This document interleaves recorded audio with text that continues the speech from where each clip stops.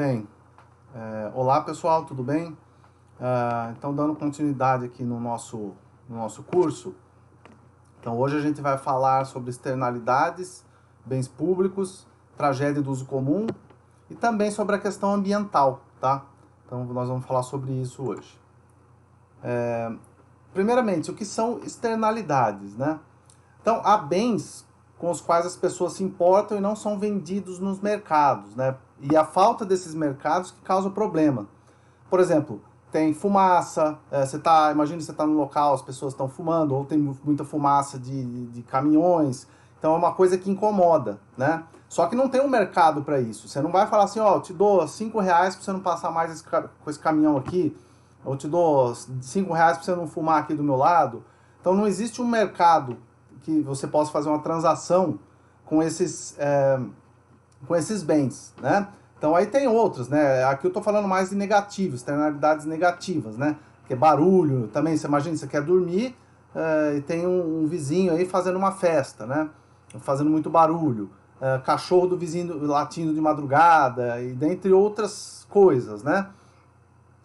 Então, na verdade, externalidades são os impactos das ações de algum agente no bem-estar de outros agentes, tá? Também pode ser compreendida como os efeitos sobre terceiros de subprodutos das atividades de produção e consumo de bens e serviços que não refletem no sistema de preços. Então é basicamente isso que eu expliquei para vocês, né? Você realmente não tem um mercado para isso. Só que elas também podem ser, ela não é só negativa, né? Porque é a negativa que chama mais a atenção da gente. Mas ela também pode ser positiva, tá? A externalidade. Então, por exemplo, uma externalidade positiva. O jardim do vizinho bonito, por exemplo, né? Você acorda de manhã, você olha um jardim bonito, lindo, né? Bem cuidado. Então isso pode ser até positivo, né? E pode até valorizar a sua propriedade, né? As pessoas gostarem mais do local e dentre outros exemplos aí, né? E podem ser também negativas, que são as que a gente vai falar mais, né? Poluição, festa no vizinho, dentre outros que a gente já comentou, né? Bom, externalidade negativa de produção, por exemplo, mercado de alumínio, né? Então a gente já viu naquela aula de lei de oferta e demanda, né? Você tem um equilíbrio de mercado, não é isso? Que é onde a curva de oferta cruza com a curva de demanda, né? Então você tem aqui, imagine que você tem a quantidade de alumínio, né, no eixo X, no eixo Y, o preço do alumínio, né? Então você tem aí a curva de oferta e demanda. Então aqui seria o ponto de equilíbrio, que é a quantidade e o preço de mercado eficientes, tá certo? Agora vamos considerar a poluição como uma externalidade, né? Então imagine que você tem uma comunidade no entorno ali, né, da empresa. Então você tem uma externalidade, que é a poluição, né? Então, porque cada tonelada de alumínio produzido emite gases tóxicos na atmosfera, né? Aí, a questão é, o custo social na produção de alumínio excede o custo da produção, não é isso? Por quê? Porque você tem todos esses custos que você pode aí internalizar, não é isso? Internalizar dentro do seu mercado.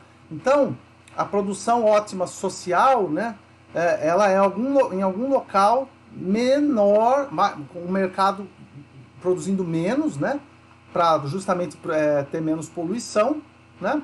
E o preço acaba sendo um pouco maior, não é isso? Então, por quê? A poluição tem um custo. Então, a curva, considerando a externalidade negativa de produção, você considera que o ponto ótimo está ali, né? Porque a poluição também ocasiona problemas também de saúde, dentre outros, né? Então, é uma coisa que deve ser aí controlada, tá? Então, como fazer que esse ótimo social seja atingido, né? Então, a questão é internalizar essas externalidades. E aí, basicamente, existem duas escolas aí, duas grandes vertentes aí para você conseguir internalizar essas externalidades, ou seja, colocar dentro do mercado ou colocar algum racional aí, né, econômico nessas externalidades. O primeiro pode ser considerado incentivo econômico, né? Você cobrar, por exemplo, impostos por tonelada de produção. visando o quê? Coincidir com a curva de ótimo social, porque aí você vai cobrar esse imposto por tonelada de produção, aí teoricamente o mercado vai se ajustar com uma produção um pouco menor, né? Imposto também por emissões de gases nocivos, isso também é possível, né? E certificados de poluição, um exemplo que foi feito na época, a questão do protocolo de Kyoto, né? Até a gente vai explicar um pouquinho melhor como é que funciona isso, né?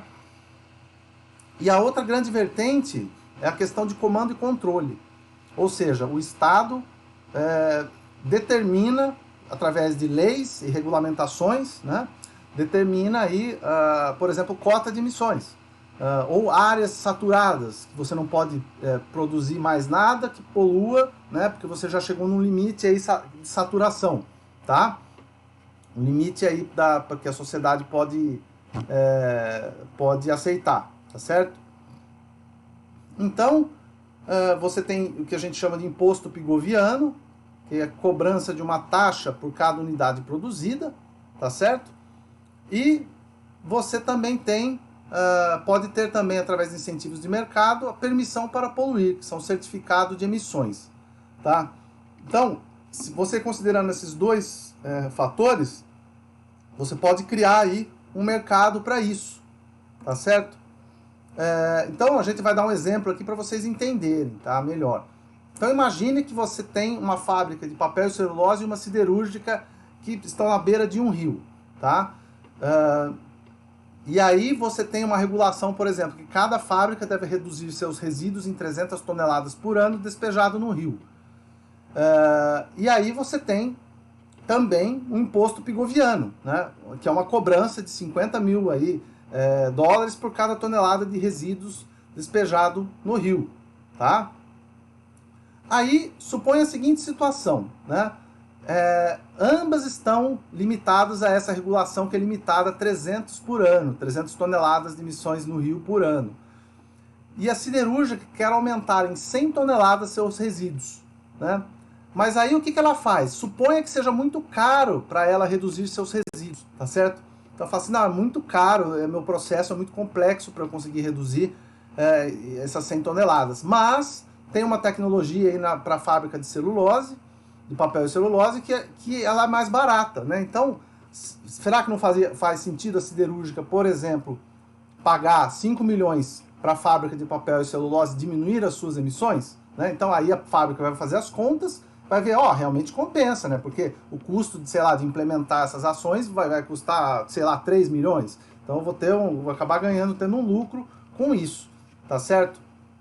Então, você conseguiu fomentar um mercado aí. A siderúrgica deu 5 milhões de dólares para a empresa de papel e celulose, a empresa de papel e celulose deu a permissão, reduziu, né, em 100 toneladas suas emissões para que a siderúrgica possa aumentar em 100 toneladas os seus resíduos. Tá certo? Então é assim que funciona. Bom, impactos relevantes, né? A avaliação dos custos e benefícios da adaptação aos impactos das mudanças climáticas. Né? Então, a gente tem, por exemplo, mudanças climáticas pode ser considerado uma grande externalidade, não é isso? De produção, de consumo, né? Você tem grandes impactos aí. Então, suponha que você tenha aqui no eixo Y o impacto em unidades físicas, né? E aqui no eixo X o tempo, né? Então suponha que eu tenho aqui um baseline, né? O tempo sem as mudanças climáticas, ou seja, os impactos em unidades físicas, ou seja, os impactos para a sociedade em geral, não vão custar muito, não vão custar nada, aliás, porque você não tem as mudanças de clima. Então não vai haver nenhum investimento, nenhuma recuperação, nenhum gasto, né, das pessoas devido às mudanças climáticas, porque ela, teoricamente, aqui ela não existe, nessa linha azul aqui. Né? Aí, vamos pegar essa outra linha de cima aqui, que é o impacto futuro com as mudanças climáticas, né? Sem eu fazer nada. Então, por exemplo, chegou as mudanças climáticas, olha só o impacto, né? Então, com o tempo, ele vai aumentando, né? Cada vez mais. Aí, o que você pode fazer? Né? Também pensar em estratégias de adaptação, né? Você realizar investimentos para adaptar, né? Por exemplo, se vai haver muita aumento de chuvas nessa região, alguma coisa nesse sentido, você já ir colocando as pessoas, por exemplo, que estão em áreas de risco, você vai construir casas populares, etc., para tirar essas pessoas que normalmente são mais pobres, não têm condição de se mudar, né, desses locais, você financiar isso, né? Então você tem o custo da adaptação. Você investe na adaptação para depois não ter que remediar, né? Então você tem, então essa é uma estratégia até interessante, né, para se começar a pensar, justamente para você antecipar, né, esses impactos e investir em adaptação, né? Então isso né, eu dei um exemplo só, mas existem inúmeros, né? Você pode ter locais que vai aumentar a corrosão, então aí você já nos projetos atuais você já adapta, já coloca materiais que suportam mais a corrosão, então você começa a se adaptar, ao invés de colocar material que não suporta muito e depois ter que trocar tudo, tá? Então, obviamente, se você tem essa adaptação, você está aqui nessa curva laranja, né, que são os impactos futuros com mudanças climáticas após a adaptação, são impactos menores, né? Então, aqui seria o benefício bruto da adaptação, né? E, obviamente, você vai ter um custo residual das mudanças climáticas, porque é impossível você mitigar tudo, né? Você adaptar 100% do caso, né? Então, é uma curva teórica aqui, né? Mas só para vocês entenderem o conceito, tá bom? Aí a gente pode falar também em efeitos ancilares, né? São focos em outros efeitos, né? Outros além da redução de gases de efeito estufa. Então, efeitos ancilares são o seguinte: você realiza determinado investimento, né, para benefício de uma coisa, por exemplo, redução de gases de efeito estufa, redução de gases de efeito local, né? E aí você tem uma externalidade, um efeito ancilar, que é o quê? Melhoria da saúde pública, da infraestrutura, do ecossistema. Então você preserva o ecossistema. Então você tem benefícios que a gente chama ancilares, ou secundários, né? Tem gente que chama de secundários, mas aí ancilares acho que é uma palavra mais pertinente aí que a literatura usa, tá certo? Então aqui, né, foi feito um estudo, uma vez esse estudo foi feito na Austrália, né, que aqui mostra o impacto na infraestrutura, né, com as mudanças do clima, né? Então você tem tipos de infraestrutura, de água, né, aqui pensando na energia, aqui eletricidade, óleo e gás, né, entre outros aqui, pontes, túneis, aeroportos, portos, né? Então você tem diversas infraestruturas aí. E aí você tem, nesse eixo aqui, são riscos, né, que você tem, ou não, né? Considerando aumento de radiação solar, diminuição da umidade, né? Aí você tem aumento e variação de umidade, ou seco, né, ou seca, e dentre outros fatores aqui, né? Aí você considera aqui se são riscos importantes ou não, né? Então, por exemplo, você tem aqui na água, você não tem impacto da radiação solar, mas, por exemplo, a diminuição na chuva você tem algum impacto, né? Então você precisa, teoricamente, se adaptar a isso, tá certo? Aí, dentre outros aspectos, né, que você tem. Então, suponha aqui em eletricidade, né? Você tem aí, ó, alguns desses efeitos, né, de eletricidade, ou petróleo e gás. Veja que aqui na eletricidade você tem efeitos em quase todos os indicadores, né? E aí você pode utilizar isso como parâmetro para você melhorar seu projeto, não é isso? Então esse que é o grande objetivo, foi o grande objetivo desse estudo aí. Bom, agora vamos falar um pouco de comando e controle, né? Então você tem a legislação e normas, né, de regulação, padrões ambientais e qualidade de emissão, por exemplo, que aqui são algumas formas de comando e controle, que é aquilo que eu comentei para vocês, quando o Estado legisla, né, e regula essas atividades em formas de leis e regulamentações, tá? Então você tem padrões ambientais e qualidades de emissão, que é uma forma de fazer isso, né? Áreas protegidas, você define áreas protegidas, que são proibidas de ter atividades que poluem. Licenciamento ambiental, né? Isso é importante, você tem licença prévia, licença de instalação, licença de operação, né? Através dos estudos de impactos ambientais e relatórios de impactos do meio ambiente, os famosos AIA-RIMA, né? Então você faz esses AIA-RIMA para poder ter essas licenças aí. Né? E aí, você também, outra forma de você ter o comando e controle é você penalizar, multar ou fazer que as empresas compensem tal poluição. Né? Invistam na sociedade, por exemplo, façam praças, plantem árvores, dentre outras formas de se compensar a poluição e os danos que estão sendo realizados aí na sociedade. Né? Aí a gente tem os instrumentos da Política Nacional do Meio Ambiente, que são instrumentos que podem ser utilizados para você regular, né, a questão ambiental no Brasil. Então, você pode definir padrões ambientais, né, padrões de emissões e padrões de qualidade, zoneamento ambiental, né, um zoneamento ambiental que são áreas aí que você estabelece um limite de emissões, né, então se não pode aumentar a atividade de poluição nesse local, sem que se diminua outra, né. Avaliação de impactos ambientais, licenciamento ambiental, penalidades disciplinares ou compensatórias, né? Que aí são multas ou compensatórias, como eu comentei com vocês. Sistema Nacional de Informações Ambientais, que isso é muito importante, questão de gestão ambiental, você ter todas as informações aí num sistema nacional, né? Possa ser consultado. E relatório anual de qualidade do meio ambiente. Então essas as formas, os instrumentos da Política Nacional do Meio Ambiente, tá? Bom, limitações da regulação ambiental no Brasil.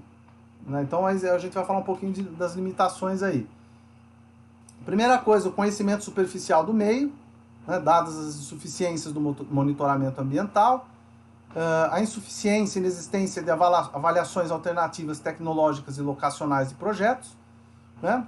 A fraca integração da política ambiental com as demais políticas setoriais e dificuldades operacionais no exercício da regulação por parte do poder público. Né? Então essas são os pontos, né, as limitações aqui no Brasil. Né? Então o que na verdade a gente tem que fazer é tentar minimizar essas limitações aí que a gente tem, tá certo? E aí a gente fala um pouco das medidas compensatórias, né, que muitos governantes utilizam isso já como finalidade, né, como objetivo final.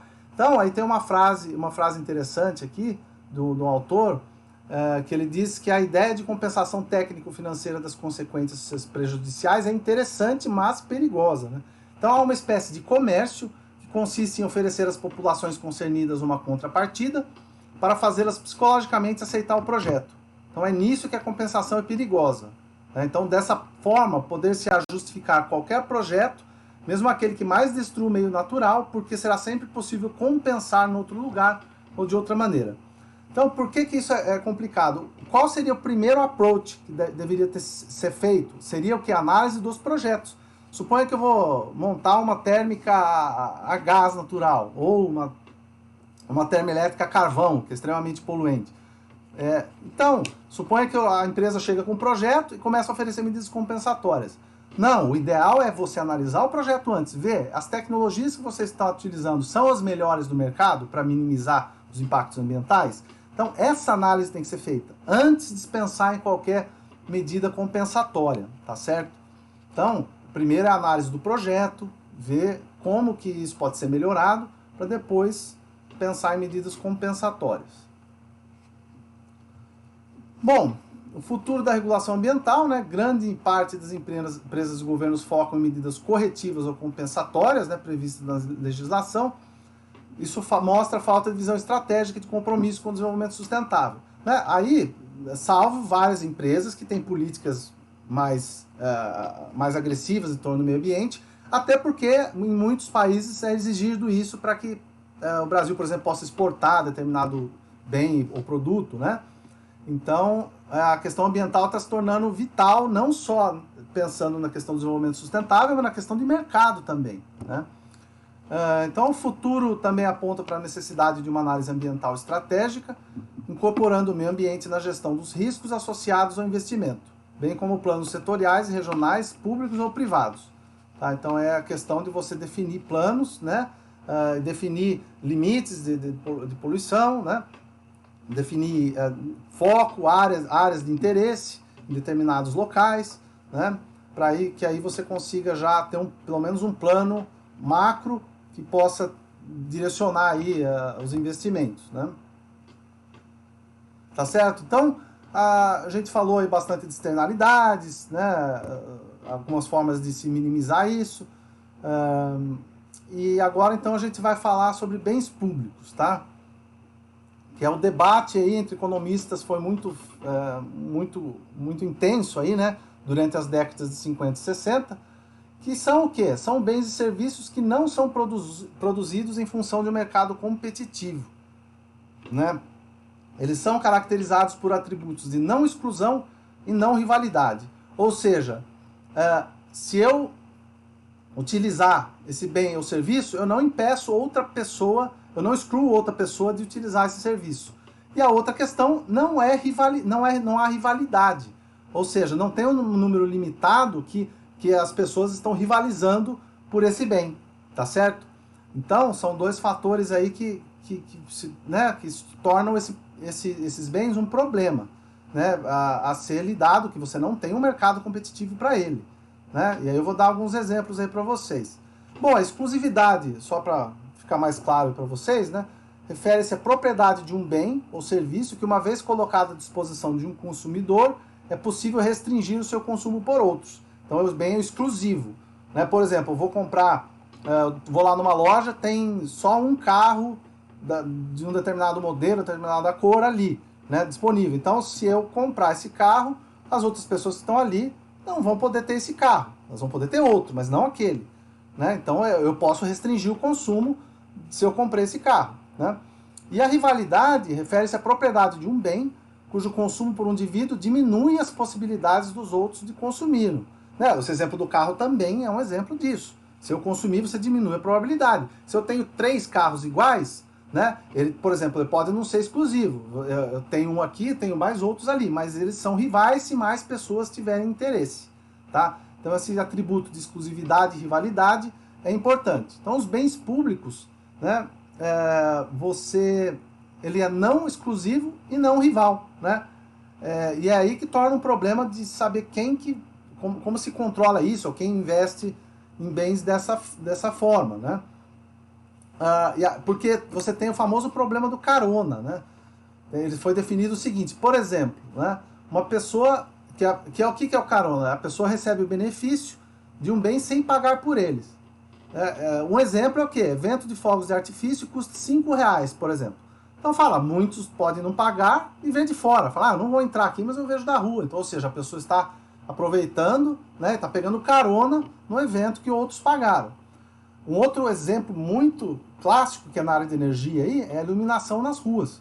Suponha que eu tenho uma rua e eu não tenho iluminação pública, né? As pessoas lá talvez falem assim, não, alguns falam, eu não tenho interesse, outros eu tenho. Então suponha que eu faço o seguinte, eu chego para todas as casas, quem tem interesse vai pagar, vai rachar, né? Aí suponha que 2 casas não querem, eu não quero, não ligo para isso. Mas aí as outras casas querem, e todo mundo investe, e você tem iluminação nas ruas, só que aí essas duas casas estão tendo o mesmo benefício das outras sem pagar. Então, essas 2 casas foram carona. Elas vão ter os benefícios, ela pode falar, não ligo, mas ela vai ser beneficiada com isso, né? Então, se o benefício total exceder os custos, né, o governo pode sim prover o bem público, cobrando impostos para custeá-lo. Então, a iluminação pública é um exemplo, né? Você tem um investimento público nisso, ou seja, é considerado um bem público a iluminação nas ruas. Então, você investe nisso, o poder público. Ou seja, e veja que a iluminação nas ruas é não rival e não excluível, né? Se eu estou lá na rua, eu não estou rivalizando com ninguém, as pessoas podem sair, né, e receber o benefício da iluminação, eu não estou excluindo também ninguém, porque as pessoas podem sair e ir para a rua receber essa iluminação, tá certo? Então a grande questão é fazer essa análise custo-benefício, né, e verificar qual que é a melhor estratégia aí. Aqui tem mais uma definição de interesse público, né, que é a questão da taxa social e privada de retornos esperados, ou seja, quanto maior efeito de spillover, que eles falam, que é efeito de transbordamento, ou seja, quanto mais benefícios a sociedade vai ter com esses investimentos, melhor você, como é que chama? O governo investir isso, né? Então você tem aqui taxa de retorno social e o lucro de todas as empresas, né, eu suponho. Então veja, se você tem baixa possibilidade comercial, como é o exemplo da iluminação nas ruas, você tem uma alta, né, um efeito de transbordamento, porque você tem baixa possibilidade comercial, mas várias pessoas vão se beneficiar disso, né? Aí suponha que você tenha já algum benefício que seja uma possibilidade comercial, que pode ser até a venda de eletricidade, né, para suas casas. Aí quem não quer, não vai ter iluminação dentro da sua casa, mas aí você tem uma boa possibilidade comercial. Se o poder público não vai investir nisso, né, não vai dar eletricidade para as pessoas, salvo programas de universalização, mas aí é outra questão, né, questão social aí, que é importante também. Mas, no geral, suponha que seja um bairro aí de classe média aí, né, ele não vai investir para colocar eletricidade na sua casa, sendo que você tem condições de pagar, né? Então, se você não quer eletricidade, beleza, você não paga, não tem, né? Quem vai sofrer os malefícios é você, né? Você não vai ter geladeira, não vai ter iluminação, etc. Tá certo? Então, os projetos de maior interesse público possuem maior efeitos de transbordamento, né? Spillover effects, tá?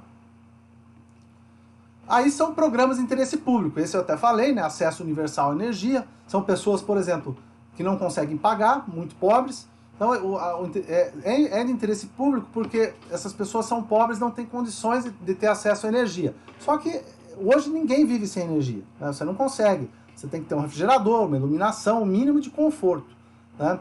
Então são programas aí que incentivam a eletricidade aí por pessoas que não têm condições de pagar, né? Outros programas de interesse público, eficiência energética, por exemplo, né? Uma empresa privada, por exemplo, não teria tanto interesse de investir em projetos de eficiência energética na comunidade, né? Por exemplo. Por quê? Porque seria menos receita para essa empresa, né? Então, o que é feito? Ou a empresa é estatal, né? Como a gente lembra que a gente tinha conversado na outra aula, ou a empresa é estatal e realiza esse investimento pelo interesse público, ou se é uma empresa privada, você tem que regulamentar isso, ou seja, obrigar essas empresas a investir em eficiência energética, que é o que é feito aqui no Brasil também, né?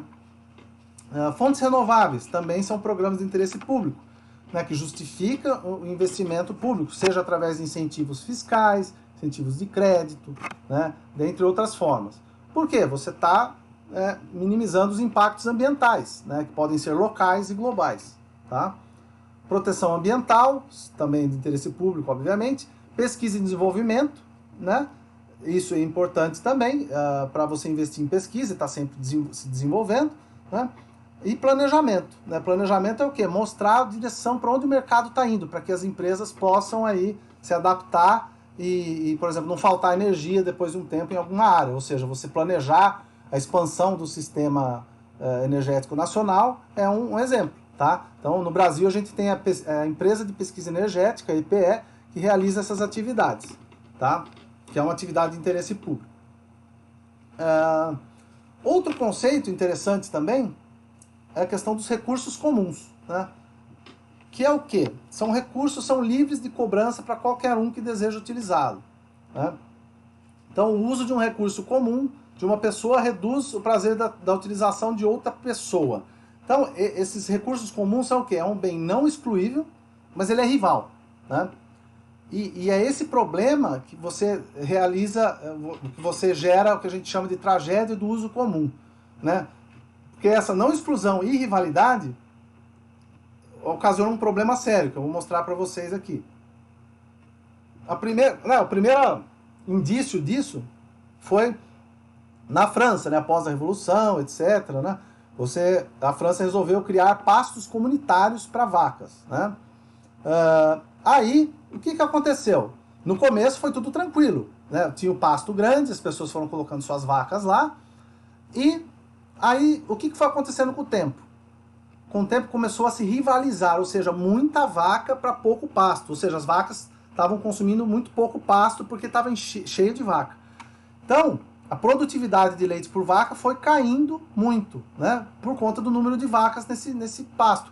Ou seja, esse local é não excluível, porque as pessoas poderiam colocar vacas lá, mas ele era rival, né? Começou a rivalizar, porque, né, começou a ter menos pasto para essas vacas aí.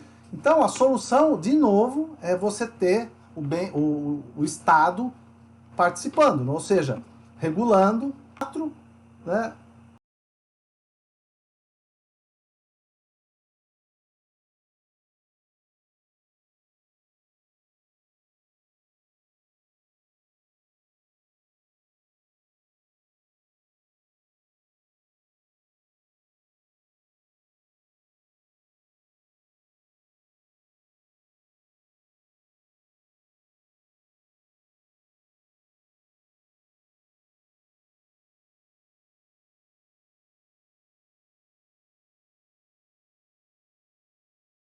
Quatro situações aí que a gente já estudou no curso, né? Em termos de rivalidade e de exclusividade. Que são bens privados, primeira coisa, né? Que é o bens de mercado, que ele é excluível e rival. Né? Aí a gente fala sorvetes, roupas. E aqui um exemplo com estradas, né? Que é dado nos quatro situações aí. Que é estradas com pedágio congestionadas, né? Então isso é um exemplo de local excluível e rival. Né? Então você tem o pedágio, né? Só que você está com ela congestionada. Então você não é excluível, ela é excluível, né? E é rival também, né? Porque ela é excluível porque você tem, né? Você tem o pedágio, né? A pessoa paga ou não, se a pessoa não pagar, não consegue, e rivalizado porque você tem estrada congestionada, tá? Aí você tem o que a gente falou naquela segunda aula, lembra, de monopólios naturais, que também é um problema e o governo precisa intervir, né? Que é o transporte de gás natural, distribuição de eletricidade, transporte de eletricidade também, transmissão, né, de eletricidade. E aí o exemplo com as estradas é a estrada com pedágio, mas descongestionadas, ou seja, você permite que todo mundo, né, ou seja, que não há rivalidade, né, mas ela é excluível, né? Por quê? Ela tem o pedágio, né? Ela tem o pedágio. Quem não pagar não consegue entrar nessa estrada. Aí você tem outro bem, né, que a gente comentou, tragédia do uso comum, que é justamente como ela rivaliza, ela é não excluível, né, a questão do rio lá que eu comentei com vocês, né, do pasto das vacas. Então você não é excluível, mas ela rivaliza, né, peixes no mar, né, meio ambiente. E aqui a gente pode falar de estrada sem pedágio, mas congestionada, né? Então você cria uma tragédia do uso comum aí. E finalmente bens públicos, que é justamente que é não excluível e não rival, que são, por exemplo, a defesa nacional, combate à poluição, né, iluminação pública, que a gente disse, e estradas sem pedágio descongestionadas, que seria o mundo ideal aí, né? Enfim, aqui outros, como eu já comentei, né, recursos comuns importantes, tragédias do uso comum, né, rios, né, você tem a questão do congestionamento aqui, e também, por exemplo, a extração de petróleo num poço único. Né? Se você tem um poço único, imagine que você tem propriedades ali ao torno desse poço e todo mundo começa a produzir nesse poço. Então você está rivalizando, né? Ela não é excluível, porque as pessoas podem produzir, mas ela é rival, tá? Então é isso. Então, por fim, né, a energia pode ser vista como um bem público, né, que são recursos energéticos e serviços de energia que são entendidos como patrimônios públicos, né, e aí muitos casos concessões são oferecidas a empresas privadas, né, Alguns serviços são passíveis de subsídios, né? Energia para baixa renda, rural, etc. Né? Então é uma visão que aparece em governos e agências públicas. Tá? Energia como um recurso ecológico. Então a constatação de que a produção e uso de energia produz impactos ambientais, né? Você considera a energia como um recurso ecológico também. Né? Então você tem diferentes fontes que produzem impactos diferentes. Então algumas fontes são renováveis e outras não. Tá? Então inicialmente era uma visão típica de ONGs e pequenos consumidores, né? E hoje ela é incorporada por muitos outros agentes, tá certo? Então aí energia como recurso ecológico. A gente pode também ver a energia como um recurso estratégico, né? Energia como fator de segurança nacional, que é a segurança do suprimento de energia, né? As soluções podem não ser econômicas, mas se justificam por razões estratégicas, tá certo? Então aí você tem intervenções políticas e guerras, ocupações pacíficas ou não de regiões ricas em recursos energéticos, né? E é uma visão aí muito aí de setores militares, por exemplo, de ter estratégia. E aqui a estratégia pode ser tanto de curto prazo e longo prazo, né? Longo prazo é questão de segurança nacional, você ter disponível aí energia aí para o futuro, não ficar dependendo muito dos outros, né? E no curto prazo é você não ter apagões, né? Falta de energia, não é isso? Também é importante. E finalmente a gente tem energia como commodity, né? Que é a visão de empresas privadas, né? Porque é um mercado, você tem o quilowatt-hora consumido, barris de petróleo, metros cúbicos de gás natural, litros de álcool, de gasolina, ou seja, você tem um mercado também, né, nela, dentro da energia, né? Então você também tem que considerá-la como uma commodity, ou seja, uma mercadoria, tá? Então porque existe realmente um mercado, oferta e demanda para produtos, tecnologias e serviços de energia, tá? Então, é uma visão predominante de grandes consumidores e empresas de energia, né? E países produtores e países consumidores também, tá joia? Então, espero que vocês tenham compreendido aí o que a gente falou hoje, tá bom? Então, um grande abraço.